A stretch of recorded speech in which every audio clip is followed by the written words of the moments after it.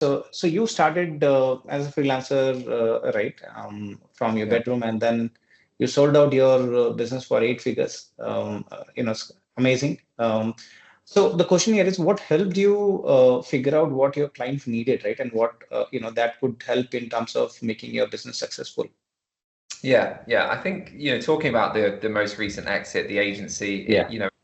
it was fast, so it's the one that definitely gets the attention. But what I would say is I'd honed some of my skills over the years up to that point, which definitely helped me. And I think I'd worked in another agency and I'd noticed a real gap between the expectation of the client and the delivery of the agency. There's almost this no man's land that sits in the middle between Yeah.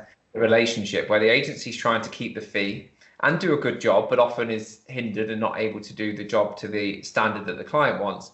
And the client is kind of stuck thinking, well, I need to pay the agency because I can't get the team internally.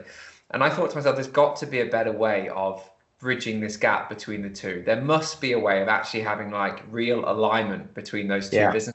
Yeah. So I started off, testing the model, I guess, as a contractor, which was, a handful of clients going and spending time in those businesses. And I think what I did differently early on was other agencies sell time for money.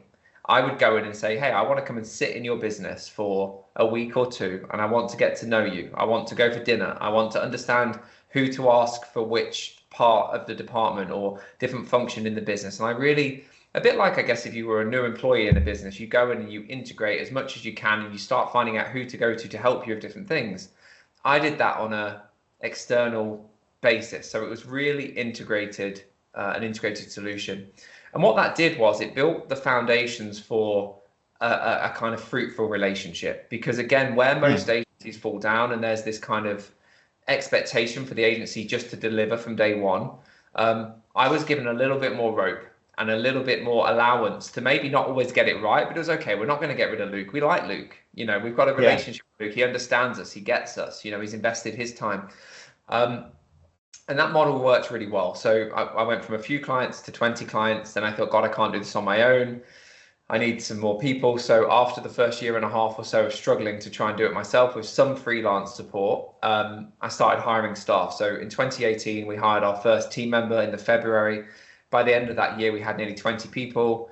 By the end of the next year, we had 50, and it grew and Amazing. grew and grew. So that was kind of like this kind of approach to something that was, I mean, agencies are 10 to a penny, right? They're everywhere.